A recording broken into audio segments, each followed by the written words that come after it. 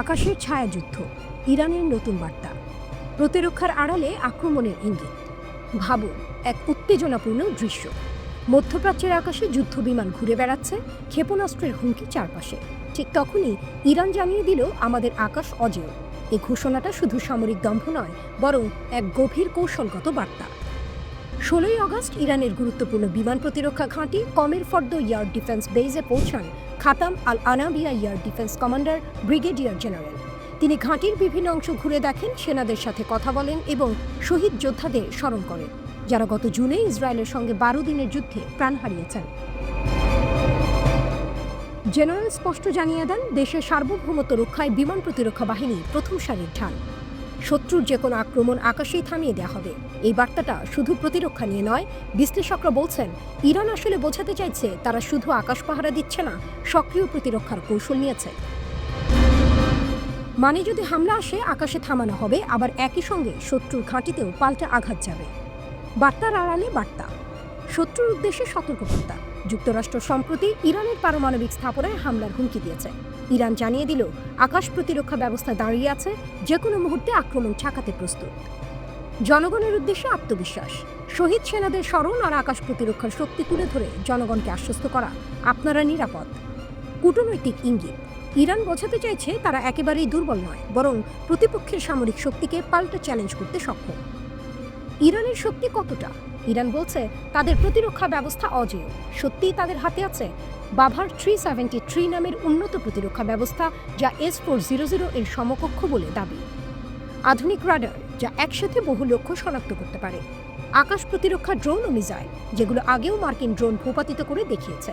তবে প্রশ্ন থেকেই যায়, আধুনিক মার্কিন ও ইসরায়েলি প্রযুক্তির সঙ্গে সত্যি কি পাল্লা দিতে পারবে ইরানের আকাশ প্রতিরক্ষা? নাকি এই ঘোষণা মূলত রাজনৈতিক ও মনস্তাত্ত্বিক বার্তা, যা জনগণকে সাহসী রাখার জন্য বেশি? এবার কাল্পনিক দৃশ্য। মধ্যপ্রাচ্যের আকাশ অন্ধকার, দূরে গর্জন করছে যুদ্ধ বিমান। হঠাৎ রাডারের স্ক্রিনে ধরা পড়ে শত্রুর ছোড়া মিসাইল। ইরানের প্রতিরক্ষা ঘাঁটি সতর্ক হয়ে ওঠে, সাইরেন বাজতে থাকে। একটা ক্ষেপণাস্ত্র ছুটে আসে আর মুহূর্তের মধ্যেই সেটিকে আঘাত করে ধ্বংস করে দেয় ইরানের প্রতিরক্ষা মিসাইল। কমান্ডারের কণ্ঠ ভেসে আসে, আমাদের আকাশ ভেদ করা যাবে না, আঘাত করলে পাল্টা জবাব হবে আরও কঠিন। এভাবেই শত্রুদের জবাব দিবে ইরান।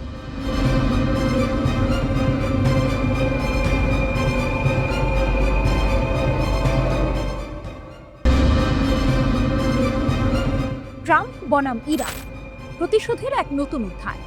এক শীতল যুদ্ধের বাতাস বইছে মধ্যপ্রাচ্যে, যেখানে প্রতিটি শব্দই যেন এক একটি বোমা। এর কেন্দ্রবিন্দুতে রয়েছে পারমাণবিক কর্মসূচি, জানিয়ে চলছে ইরান আর আমেরিকার মধ্যে ব্যাপক উত্তেজনা। এই উত্তেজনা আরও বেড়েছে যখন আমেরিকার প্রেসিডেন্ট ডোনাল্ড ট্রাম্প ইরানকে পারমাণবিক অস্ত্র তৈরির জন্য সরাসরি হুমকি দিয়েছেন। কিন্তু ট্রাম্পের এই হুমকির জবাবে ইরানও নীরব থাকেনি। তাদের সেনাপ্রধান major general Abdur Rahim Musavi এক বজ্র কঠিন হুঙ্কার দিয়েছেন, যা আমেরিকার জন্য এক স্পষ্ট সতর্কবার্তা। ট্রাম্পের হুমকি ছিল স্পষ্ট, যদি ইরান পারমাণবিক অস্ত্র তৈরি করে তাহলে তারা আরও হামলার শিকার হবে। কিন্তু ট্রাম্প হয়তো ভুলে গেছেন, এই ইরান এখন আর দুর্বল নয়। জেনারেল মুসাভি ফার্স্ট নিউজ এজেন্সিকে বলেছেন, আমেরিকা নিরাপদ নয়। এই কথাগুলো কোনো সাধারণ বিবৃতি নয়, বরং এটি এক গভীর প্রতিশোধের প্রতিশ্রুতি। তিনি আরও বলেন, তোমরা আমেরিকানরা কি মনে করো যে আজই পৃথিবীর শেষ দিন? আগামীকাল এই অঞ্চলে তোমাদের দখল এই জাতির শহীদদের সন্তানদের দ্বারা চ্যালেঞ্জ করা হবে না, এমনকি যদি এই প্রজন্মের একজনও অবশিষ্ট থাকে। আগামীকাল এই অঞ্চলে তোমাদের দখল এই জাতির শহীদদের সন্তানদের দ্বারা চ্যালেঞ্জ করা হবে না, এমনকি যদি এই প্রজন্মের একজনও অবশিষ্ট থাকে। তোমরা আমেরিকানরা তাদের প্রতিশোধের আঘাত থেকে নিরাপদ থাকবে না। মুসাভি যেন আমেরিকার অতীত আগ্রাসন ও হত্যাকাণ্ডের প্রতিশোধের আগুন উস্কে দিলেন। তার কথাগুলো স্পষ্ট করে দেয় যে ইরান তাদের শহীদদের কোনোদিন ভুলবে না এবং এর প্রতিশোধ নিতে তারা বদ্ধপরিকর। গত 13ই জুন ইসরায়েল ইরানকে আক্রমণ করে দাবি করে যে ইরান পারমাণবিক অস্ত্র তৈরি করছে, যা তাদের জন্য হুমকি। এরপর 22 জুন আমেরিকাও ইসরায়েলের সাথে হাত মিলিয়ে ইস্পাহান, নাতানজ এবং ফোর্দোতে ইরানের পারমাণবিক স্থাপনাগুলোতে হামলা চালায়। ট্রাম্প তখন দাবি করেন যে ইরানের পারমাণবিক কর্মসূচি ধ্বংস করে দেওয়া হয়েছে। কিন্তু এখনকার পরিস্থিতি দেখে মনে হচ্ছে ট্রাম্পের সেই দাবি সম্পূর্ণ মিথ্যা ছিল। ইরান বরাবরই বলে আসছে যে তাদের পারমাণবিক কর্মসূচি সম্পূর্ণ বেসামরিক উদ্দেশ্যে পরিচালিত হচ্ছে এবং পারমাণবিক অস্ত্র তৈরির কোনো ইচ্ছা তাদের নেই। কিন্তু আমেরিকা ও ইসরায়েল এই দাবিকে কোনোদিন বিশ্বাস করেনি। এই দুই দেশের হামলা ইরানকে আরও বেশি সতর্ক ও শক্তিশালী হতে বাধ্য করেছে। জেনারেল মুসাভির এই হুমকি থেকে বোঝা যায় ইরানের প্রতিশোধের আগুন এখনো জ্বলছে। তারা শুধু কথার কথা বলছে না, বরং তাদের প্রতিটি শব্দে এক গভীর সংকল্পের প্রতিফলন দেখা যায়। ট্রাম্পের হুমকি ছিল এক আঘাত, আর মুসাভির জবাব ছিল এক পাল্টা আঘাত। এই দুই দেশের মধ্যে যে উত্তেজনা বাড়ছে তাতে মনে হয় মধ্যপ্রাচ্যে যে কোনো সময় আবারও সংঘাতের সূচনা হতে পারে। এক মনস্তাত্ত্বিক যুদ্ধ চলছে যেখানে উভয় পক্ষ একে অপরের ওপর প্রতিশোধের চাপ সৃষ্টি করছে। এই লড়াইয়ে কে শেষ পর্যন্ত জিতবে তা সময়ই বলে দেবে। তবে একটি বিষয় স্পষ্ট, ইরান এখন আর সেই পুরনো ইরান নয়। তারা এখন তাদের আত্মবিশ্বাস আর প্রতিশোধের আগুনে আরও বেশি শক্তিশালী।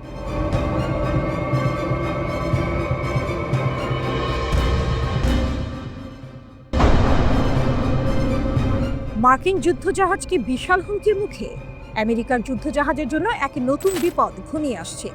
লোহিত সাগর, আরব সাগর এবং এমনকি ভারত মহাসাগর পর্যন্ত প্রতিটি মার্কিন, ইসরায়েলি এবং ব্রিটিশ যুদ্ধজাহাজ এখন এক নতুন হুমকির মুখে।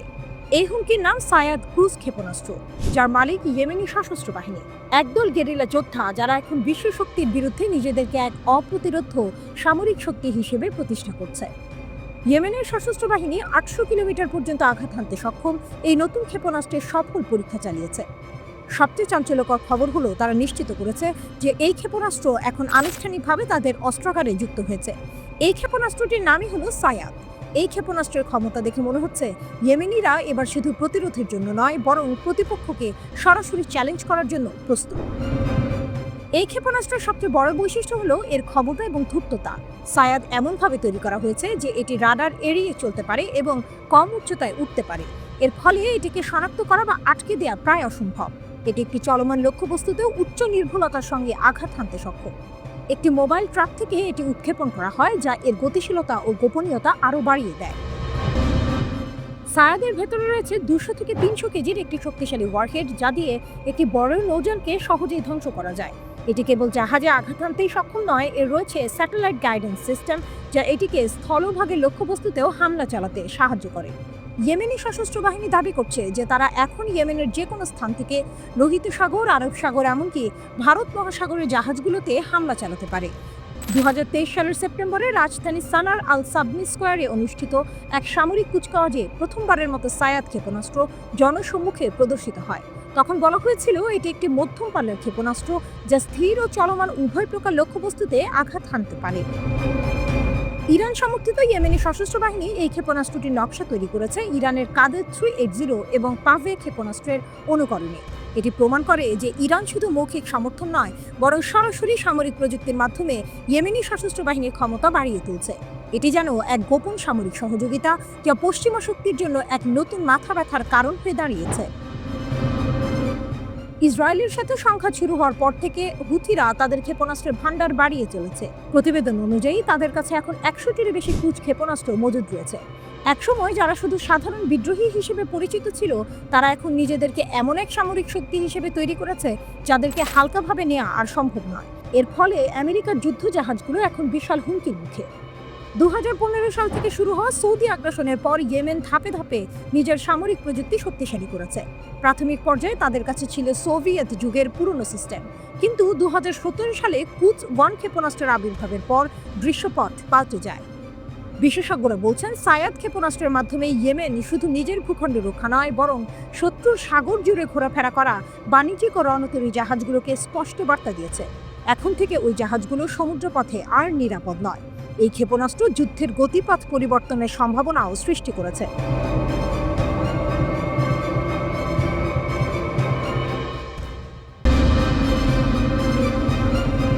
ধ্বংসস্তূপ থেকে ফিনিক্স পাখির জন্ম, ইরানের নতুন হুঙ্কার। তেহরানের পোড়ামাটিতে যখন ধোঁয়া উঠছিল, তখন সারা বিশ্ব ভাবছিল ইরান কি এবার থামবে। ১২ দিনের রক্তক্ষয়ী যুদ্ধ শেষ হয়েছে ঠিকই, কিন্তু শত্রুতার আগুন নেভেনি। ইসরায়েলের একের পর এক হামলা সত্ত্বেও ইরানের পরমাণু স্থাপনার ইউরেনিয়াম সমৃদ্ধকরণ কর্মসূচি বন্ধ করা যায়নি। যে স্থাপনাগুলো ধ্বংস হয়েছে, ইরান যেন সেই ছাই থেকে নতুন করে জেগে উঠতে চাইছে। এক ফিনিক্স পাখির মতো তারা আরও দৃঢ় প্রতিজ্ঞ হয়ে তাদের পরমাণু কর্মসূচিকে নতুন জীবন দিতে চাইছে। আর এই মনোভাবের কারণেই মধ্যপ্রাচ্যের আকাশে আবার ঘনিয়ে আসছে এক নতুন যুদ্ধের মেঘ। যুদ্ধবিরতির পর আমেরিকা ও ইসরায়েল ভেবেছিল ইরান হয়তো চাপে পড়ে নরম হবে, কিন্তু বাস্তবে যা ঘটল তা সম্পূর্ণ উল্টো। ইরানের ইসলামী বিপ্লবী গার্ড কোর IRGC তাদের নিহত কমান্ডারদের 40 দিন পূর্তি উপলক্ষে এক কড়া হুঁশিয়ারি দিয়েছে। তাদের বার্তা ছিল স্পষ্ট, যদি আবার আমাদের সার্বভৌমত্বে আঘাত আসে তাহলে এর জবাব হবে এমন যা শত্রুর কল্পনাকেও ছাড়িয়ে যাবে। এই হুঙ্কার শুধু কথার কথা নয়, এর পেছনে রয়েছে আগের যুদ্ধের বাস্তব অভিজ্ঞতা। ইসরায়েল ও আমেরিকা ইরানের পরমাণু স্থাপনাগুলোতে হামলা চালিয়েও তাদের লক্ষ্য অর্জনে ব্যর্থ হয়েছে, বরং ইরান দ্রুতই ক্ষতিগ্রস্ত স্থাপনাগুলো সংস্কারের কাজ শুরু করেছে। তারা স্পষ্ট করে দিয়েছে হামলা চালিয়ে তাদের পরমাণু কর্মসূচি থেকে সরানো যাবে না। IRGC আরও হুঁশিয়ারি দিয়েছে যে যদি ভবিষ্যতে আবারও হামলা চালানো হয় তাহলে তাদের প্রতিশোধ হবে অপারেশন ট্রু প্রমিস 3 এর চেয়েও ভয়াবহ।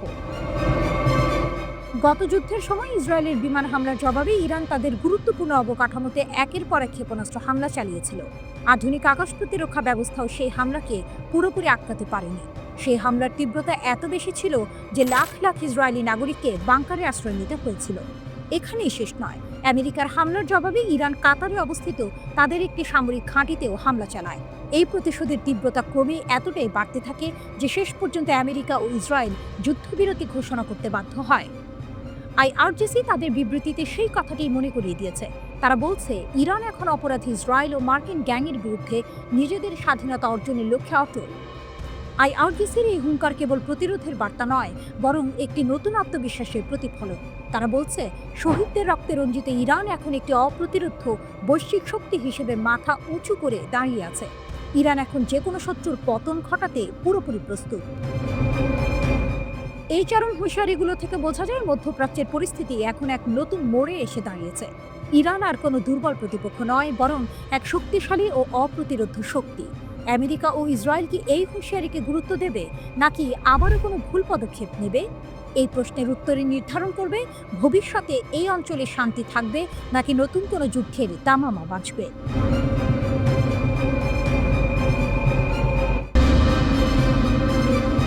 যুদ্ধ থেমেছে, কিন্তু যুদ্ধ জমেছে অদৃশ্য জগতে। যুদ্ধবিরতি সই হয়েছে, মিসাইল থেমেছে, কিন্তু শান্তি আসেনি। গান পাউডারের গন্ধ মিলিয়ে যাওয়ার আগেই নতুন ফ্রন্ট খুলেছে। এবার আকাশে নয়, কিবোর্ডে। ইরান আর ইসরায়েল মুখোমুখি হয়েছে এমন এক যুদ্ধে যেখানে গোলাবারুদ নেই, আছে কোড আর ক্লিকের মারাত্মক আঘাত। দৃশ্যপট বদলেছে, যুদ্ধের রূপ নয়। জুনের ছোট্ট যুদ্ধ শেষ হয়েছে 24 তারিখে। ভেবেছিল সবাই অন্তত কিছুদিনের জন্য শান্তি ফিরবে, কিন্তু যুদ্ধ থামলেও কেবল বাস্তব জগতে। অদৃশ্য সাইবার অঙ্গনের লড়াই যেন আরও তীব্র হয়েছে। ইসরায়েলি সাইবার ট্রেড গোয়েন্দা সংস্থা ক্লিয়ারস্কাইয়ের প্রধান বোয়াজ দোলফ জানিয়েছেন, যুদ্ধবিরতির পরও ইরান সংযুক্ত হ্যাকাররা মাইক্রোসফট সার্ভারের নতুন দুর্বলতাকে কাজে লাগিয়ে ইসরায়েলি প্রতিষ্ঠানগুলোতে আক্রমণ চালিয়েছে। লক্ষ্য গোপন তথ্য হাতানো এবং সিস্টেম ভেঙে ফেলা। পাল্টাপাল্টি হামলার নাটকীয়তা। এ যুদ্ধে দুপক্ষই সমান আগ্রহী প্রতিশোধে। সংঘাতের সময় ইসরায়েলি সংযুক্ত হ্যাকার দল গঞ্জেশকে দাঁড়ান দিয়ে ইরানের নোবিটেক্স ক্রিপ্টোকারেন্সি এক্সচেঞ্জ থেকে $90 মিলিয়ন হাতিয়ে নিয়েছিল। শুধু তাই নয়, ইরানের বড় দুই ব্যাংক সেপা এবং পাসারগাদের মূল এবং ব্যাকআপ ডেটা সেন্টার অকেজো করে পরিষেবা বিপর্যস্ত করেছিল তারা। ইরানও থেমে থাকেনি। তারা প্রায় 50টি ইসরায়েলি কোম্পানির বিরুদ্ধে হ্যাক অ্যান্ড লিক অভিযান চালায়। টার্গেট কোম্পানির গোপন নথি ফাঁস করে দেওয়া এবং সিস্টেম ধ্বংস করতে ম্যালওয়্যার ঢোকানো। ফলে ইসরায়েলের শক্তিশালী কোম্পানিগুলোকে উদ্বেগে থাকতে হয়েছে। সবচেয়ে বড় ঝুঁকিতে ছোটরা। বড় বড় সামরিক ও প্রযুক্তি কোম্পানির সাইবার প্রতিরক্ষা ভাঙা কঠিন। তাই ইরানিরা কৌশল পাল্টে ছোট দুর্বল ব্যবসাগুলোকে টার্গেট করে। লজিস্টিক্স, জ্বালানি সরবরাহকারী, এমনকি মানব সম্পদ সংস্থাগুলো এর শিকার। এই হামলায় তারা হাজার হাজার ইসরায়েলি নাগরিকের সিভি পেয়েছে, যাদের পটভূমি প্রতিরক্ষা ও নিরাপত্তা সংক্রান্ত। ছোট প্রতিষ্ঠানগুলো এখন প্রতিরক্ষা জোরদারে আগের চেয়ে অনেক বেশি খরচ করছে। কেউ কেউ আর্থিক চাপে দমবন্ধ অবস্থায়। ইরানের অদৃশ্য শক্তি। মিসাইল পরীক্ষার মতো সাইবার যুদ্ধের খবর ইরান খুব একটা প্রচার করে না, কিন্তু তাদের বার্তা স্পষ্ট। শুধু আকাশপথ নয়, অনলাইন দুনিয়াতেও তারা প্রতিপক্ষের গলা চেপে ধরতে পারে। দোলফ স্বীকার করেছেন, ভৌত জগতে যুদ্ধবিরতি থাকলেও সাইবার অঙ্গনে যুদ্ধ অব্যাহত। আর এই যুদ্ধের ফলাফল শুধু সামরিক নয়, আর্থিক, কৌশলগত এবং মনস্তাত্ত্বিক ক্ষেত্রেও প্রভাব ফেলছে। শেষ দৃশ্য, এক অদৃশ্য ফ্রন্ট লাইনের গল্প। একসময়ে যুদ্ধ মানে ছিল সৈনিক, ট্যাঙ্ক আর গোলাবর্ষণ। এখন যুদ্ধ মানে সার্ভার রুম, হ্যাকিং টুলস আর নীরব কমান্ড প্রম্পটে আক্রমণের কোড। ইরান ইসরায়েলের সংঘাতের নতুন অধ্যায় প্রমাণ করে যুদ্ধবিরতি শুধু এক ধরনের বিরাম চিহ্ন, যা অদৃশ্য যুদ্ধে গিয়ে শেষ হয় না। মিসাইলের শব্দ নেই, ধোঁয়ার কুণ্ডলী নেই, তবু প্রতিটি ক্লিক, প্রতিটি কোডের লাইনই হতে পারে নতুন এক বিস্ফোরণ। আর এই খেলায় ইরান প্রমাণ করছে তারা শুধু মাঠের খেলোয়াড় নয়, ডিজিটাল যুদ্ধক্ষেত্রেরও এক ভয়ঙ্কর প্রতিদ্বন্দ্বী।